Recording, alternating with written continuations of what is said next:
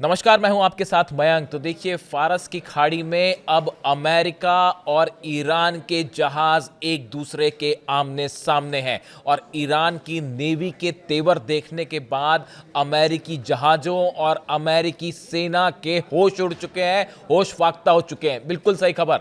देखिए, जिस तरह से ईरान ने अनाउंस किया था कि हम फारस की खाड़ी में जो है लाइव एक्सरसाइज करेंगे, कहने का मतलब ये था कि असली मिसाइल्स फायर की जाएंगी और बड़ी वॉर ड्रिल होगी। उसके बाद ये 2 दिन पहले ही अनाउंस कर दिया था ईरान ने। उसके बाद अब ईरान के जो जंगी जहाज हैं वो स्ट्रेट ऑफ हॉर्मूज को क्रॉस करते हुए तेजी से आगे भी बढ़ रहे हैं और पूरे इलाके में जबरदस्त तरीके से जो है वो मिसाइल्स फायर की जा रही है। इतना ही नहीं, चीन के भी जहाज जो हैं वो करीब पहुंच गए हैं। अब ऐसे में जो हालात हैं वो ये हैं कि सामने अमेरिका के जहाज खड़े हैं और बिल्कुल उसके सामने जो है वो ईरान की सेना है डंके की चोट पे।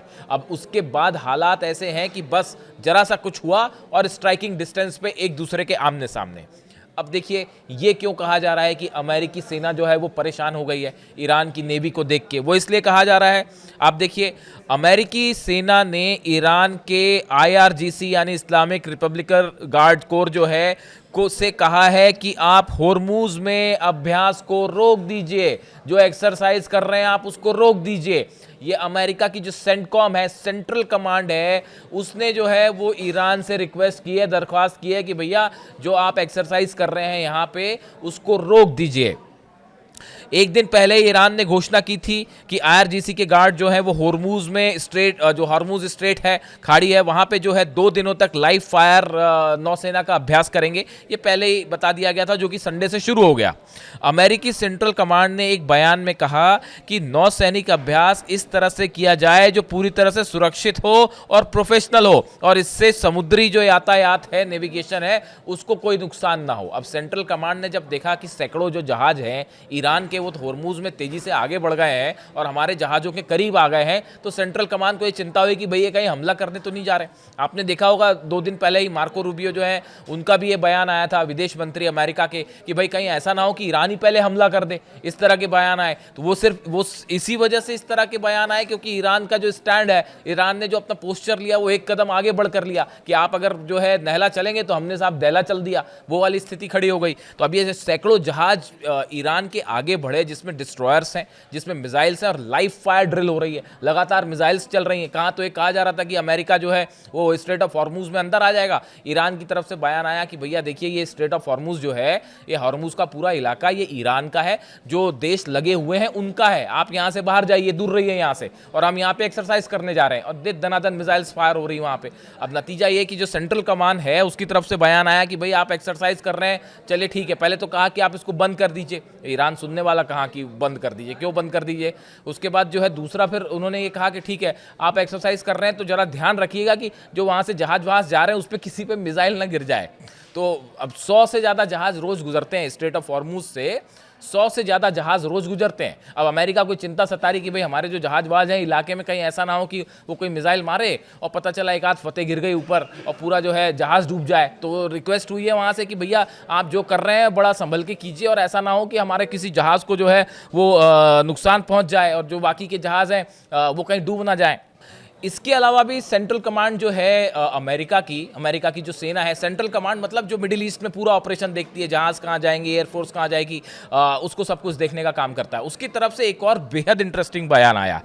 उन्होंने ये कहा है, उन्होंने ईरान को ये कहा, IRGC से ये कहा कि देखिए, आपके जो ड्रोन और जहाज़ जो हैं, हमको ये बात कतई मंजूर नहीं है कि हमारे जहाज़ों के ऊपर आपके ड्रोन आए या आपके जहाज़ जो ईरान के हैं वो हथियार लेके हमारे ऊपर अगर सर्विलांस करें तो साहब हम इसको बर्दाश्त नहीं करेंगे, आप इसको रोक दीजिए। यानी कहने का मतलब ये है कि ईरान के जो ड्रोन्स हैं, जो बताया जा रहा था, जिस तरह से बीच में खबरें आई कि हज़ारों ड्रोन्स ईरान ने तैनात कर रखे हैं और वो सर्विलांस भी कर रहे हैं, इलाके में घूम भी रहे हैं। यानी आप देखिए, खुद अमेरिका का सेंट्रल कमांड जो है इस बात को मान रहा है, कह रहा है कि साहब आप हमारे जहाज़ जो हैं या हमारे जो अड्डे हैं उसके ऊपर आप अपने जहाज़ मत उड़ाइए, उसके ऊपर अपना ड्रोन मत लाइए, उसके ऊपर से आप हथियारों से लोड करके जो है वो अपने प्लेन्स को मत जाने दीजिए, ताकि कहीं ऐसा ना हो कि हमारे पे हमला हो जाए। हमारे को ये बर्दाश्त नहीं है। इससे ये बात साबित हुई कि जो खबरें आ रही थी कि ईरान ने अपने ड्रोन्स भेज दिए हैं, अपने शिप्स भेज दिए हैं, ईरान के फाइटर जेट्स इलाके में जो है वो लगातार गश्त कर रहे हैं, जितने सर्विलांस प्लेन है वो गश्त कर रहे हैं, और वो सबके सब लोडेड हैं और तैयार हैं।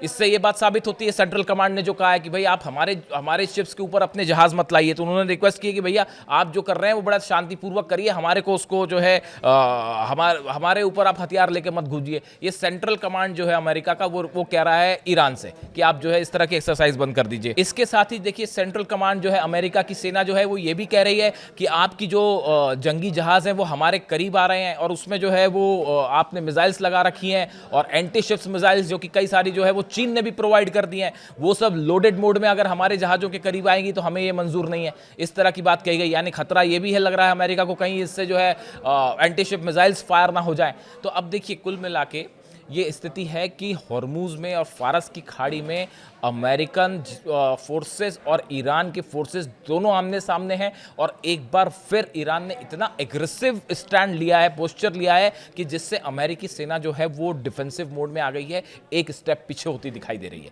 देखिए, मेरे बड़े सारे व्यूवर्स हैं, आप जानते हैं, कई देशों में लोग मुझे देखते हैं, सऊदी से लेके Iran, Saudi, Qatar, Maldives, Nepal, Bangladesh, Europe के कई देशों से कमेंट आते हैं, पूरे अरेबियन कंट्रीज से कमेंट आते हैं, यमन से तक कमेंट आते हैं, और हिंदुस्तान में भी बड़े सारे व्यूवर्स हैं, यहाँ तक कि पाकिस्तान से भी कमेंट आते हैं। कई देशों से लोग जो हैं वो लगातार मेरे वीडियो देखते हैं, कमेंट करते हैं। आपको एक बात अच्छे से आप जानते ही हैं कि मैं हमेशा वो बात सामने रखता हूँ जो मुझे लगता है कि ये सच है, और जो मुझे लगता है कि ये बात ठीक है।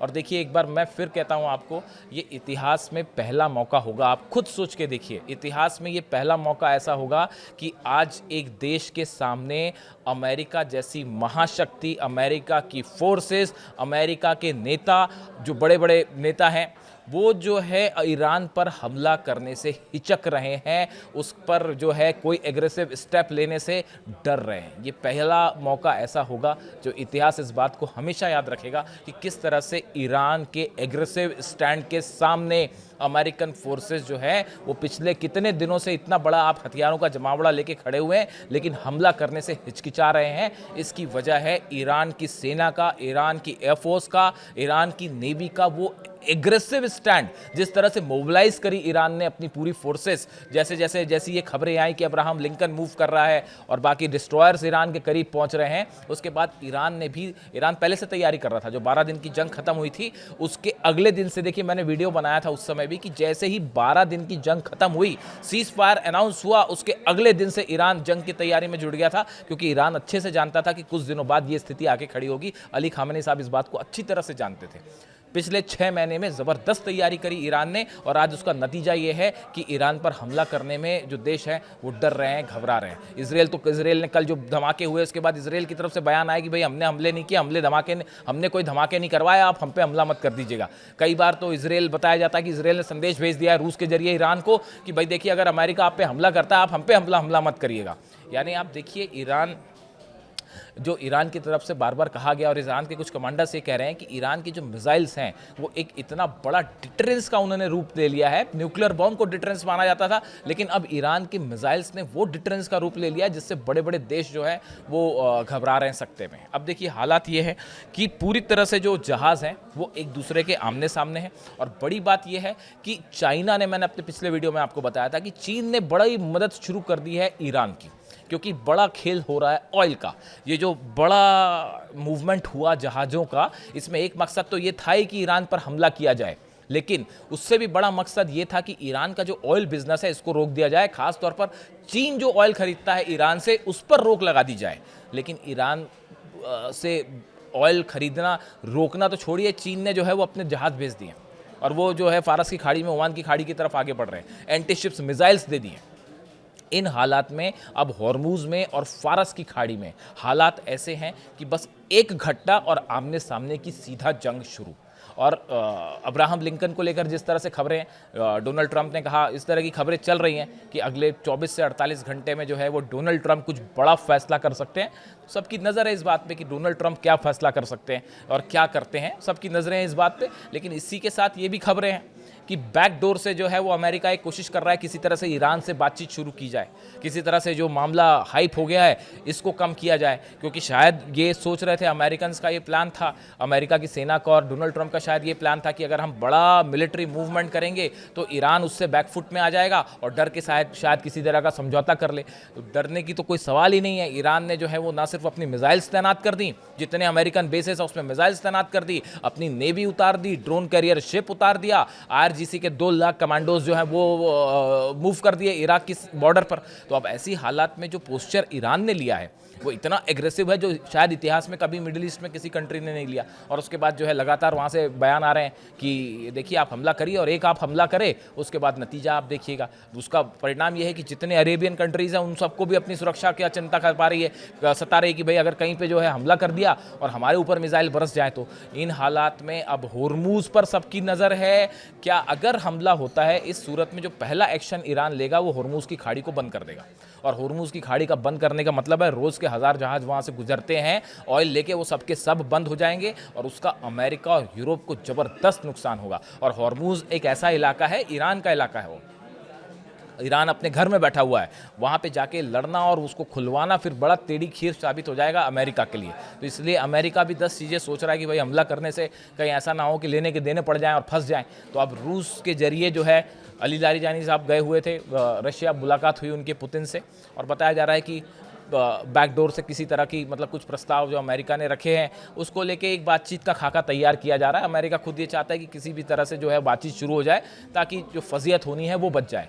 लेकिन इसी बीच जो हॉर्मुज में फारस की खाड़ी में जंगी हालात बने हुए हैं, दोनों की सेना आमने सामने और एक कोई घटना और सीधा जंग शुरू, ये हालात बने हुए हैं। अब देखना यह है कि क्या ईरान होर्मुज की खाड़ी को बंद कर देगा, होर्मुज की स्ट्रेट ऑफ होर्मुज को बंद कर देगा। अगर बंद कर देता है तो यहाँ पे जो है फारस की खाड़ी में एक बड़ी जंग की शुरुआत हो सकती है और जिसकी चिंगारी पूरे मिडिल ईस्ट में फैलेगी। बात सिर्फ ईरान तक नहीं रहेगी और ईरान का जो स्टैंड है आप देख ही रहे हैं। इससे जुड़ा जो भी अपडेट होगा, जो भी नई खबर आएगी मैं आप तक पहुँचाऊँगा। Thank you so much.